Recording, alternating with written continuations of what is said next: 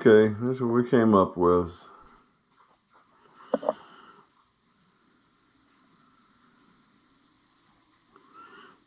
That's some kind of stainless steel.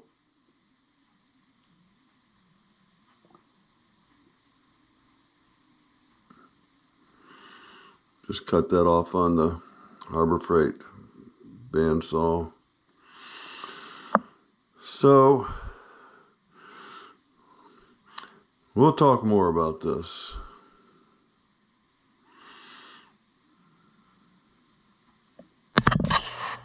Hey guys, Kim Brzelic here. Welcome to my channel. I'm going to talk a little bit about pulley speeds, a little bit about Cat 30 taper, if I'm saying that right. But as far as the taper goes, I'm kind of thick-headed. I know George Wachowski has left many comments. You could make your own reamer, maybe. You could this and that, make your own tool holder. Well, it took me about 3 weeks, 2 weeks or something, to realize that, hey, you got a lathe over here, and you can turn that taper. If anything, you can turn the taper and glue some sandpaper to it and clean out that bore. But sometimes it takes me a while to catch on, guys. And it's all right, I'm having fun in the meantime. But I want to thank everybody who leaves comments. I say George because I think of him first. Mostly because he's pretty in depth, and I usually have to digest his words over time. He didn't send any pictures, so I'm just counting on words. Let's look at some of the pulley results.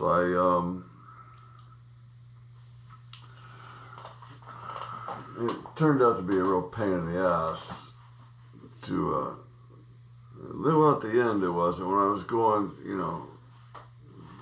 putting everything back, everything kind of, maybe I caught on to the secret of doing it or something, but in any case, there's a tensioner rod, and when you, that setting changes, depending on what pulleys you're using. And again, that's another thing that I just have to learn to deal with and make the adjustment. And I got it back to where I started. Let's take a look at my little charts over here. Okay. So there's the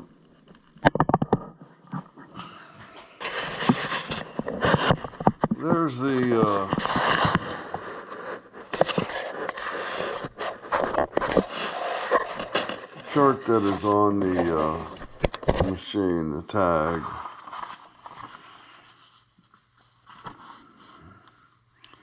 And, well,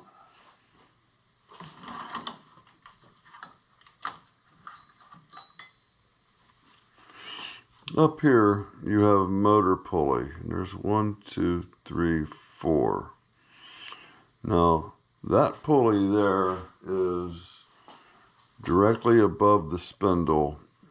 The shaft of the motor runs through that and is connected to the quill, I guess. That's why you can't use a drawbar. So, motor pulleys, 1 through 4. Okay, now we have spindle speeds. It does say 1800 RPM, 1 horsepower motor. Okay, now we have the spindle pulley. And let's just go over and show you what we're looking at. Okay. So this is the spindle pulley. One, two, no.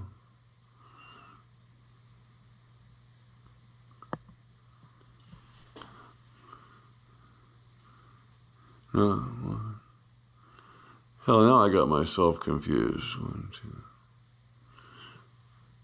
Yeah, this is the spindle pulley over here. Because here I have 1, 2, 3 different belt spaces. 1, 2, 3, 4. Okay, so we got the motor spindle, motor pulleys, and the spindle pulleys. Okay, now these tooth gears here are timing gears, the way it was described to me. And they have 2 positions. It's kind of like think of it as a back gear, I think. So here on our pulley, our motor spindle, we're on the largest one, which is number 4. We are on the smallest one on the spindle. So let's go over to my chart.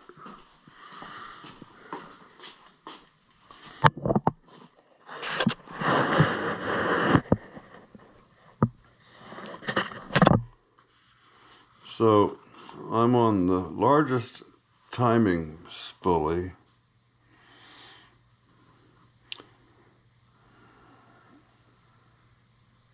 And the largest motor pulley. And my RPMs is 560. Now, if I switch that timing pulley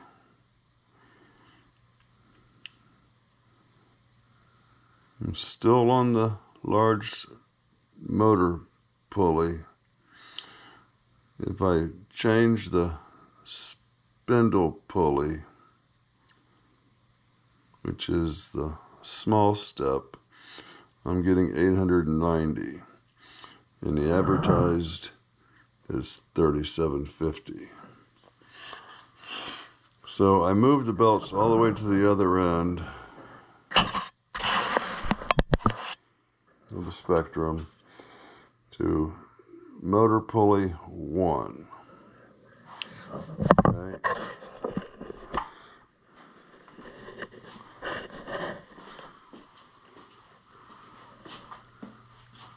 So that is the belt motor pulley 1 up here, and it makes the spindle pulley on this large one. Okay, and then you have these 2 settings here, the timing gears. Okay, so with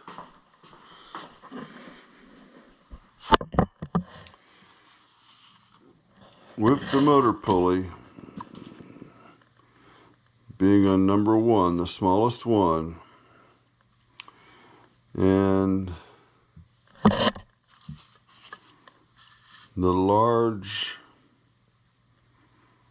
timing, the large spindle pulley, large step, at 135. And as advertised, 135. The small step, I got 890. And 900 is advertised. Now the big discrepancy is when I get over here to motor pulley 4, where I'm at now. And the small pulley is 980 and it's advertised to be 3750. And the large spindle pulley it is 560, and that's what I've been running at and what it's set up for right now. And that is also what it's advertised to turn at. I didn't do I didn't do 2 and 3 because it was such a hassle. Now I'll reattempt it and things will go easier and I'll get better at changing the pulleys. But, if that makes any sense to you there, I have the motor pulley. It's the smallest gear to the largest, smallest pulley to the largest pulley. And then the step pulleys, step gears, let's call them, because they're splined, large and small. So I just need to fill in 2 and 3, motor pulley 2 and 3 positions, and see where they line up at. And we'll have an idea of where we lie there. Now, belt tension has a bit to do with things also. If the belt's too loose, you're not going to get the most out of your RPMs, the most out of your motor. Too tight, well, it's gonna have poor startup and belt slippage. Okay, I've confused myself thoroughly. I hope I made some kind of sense to you. Okay, so let's come back to the tapered stainless steel, the 30 taper facsimile. I'm going to chuck this back up here. I'm going to turn this diameter down to make kind of a handle. And if anything, you could, wrap a cotton cloth around here and clean your spindle out occasionally. But like I mentioned earlier, you could also glue on some emery cloth and see if we can't do something to the inside of that taper. There's no reason I should have any run out, because the spindle, the outside of the spindle, the biggest diameter of the spindle turns right on like a half a thou. So if that taper, if this taper is laying where it's supposed to lay, and how it's supposed to lay, there shouldn't be, hardly any run out at all. It's got to be a very simple solution. Yeah, it was fun running the machine with the run out until you really watch it, and you can see that tool jumping all over the place, and you kind of get disgusted with yourself if you're in my shoes. But I am still tickled that I was able to do what I did. They say, if the lathe is worn, that you can compensate. Well, I understand milling machines aren't so forgiving. They're either on or they're off. So we'll get this thing leveled up, one item, work on the internal taper of that spindle, and hope we strike onto something, Also, when I use let's go back to the pulleys. those of you who were here at the very beginning, when the run out on this motor pulley was horrendous. And I corrected a lot of it. And being on this larger gear down here, it helps. When you're driving on that smaller gear up there, this run out on this whole pulley here is exaggerated a bit. So I wouldn't run it like that, just put it that way. So basically, until I get that really fixed, a good solution, I'm losing the capability of anything above 900 RPMs on the small step. Because it's just too wild of a ride. Okay, guys. Like and subscribe. Tell a buddy, bring a friend. I really appreciate everybody watching and commenting.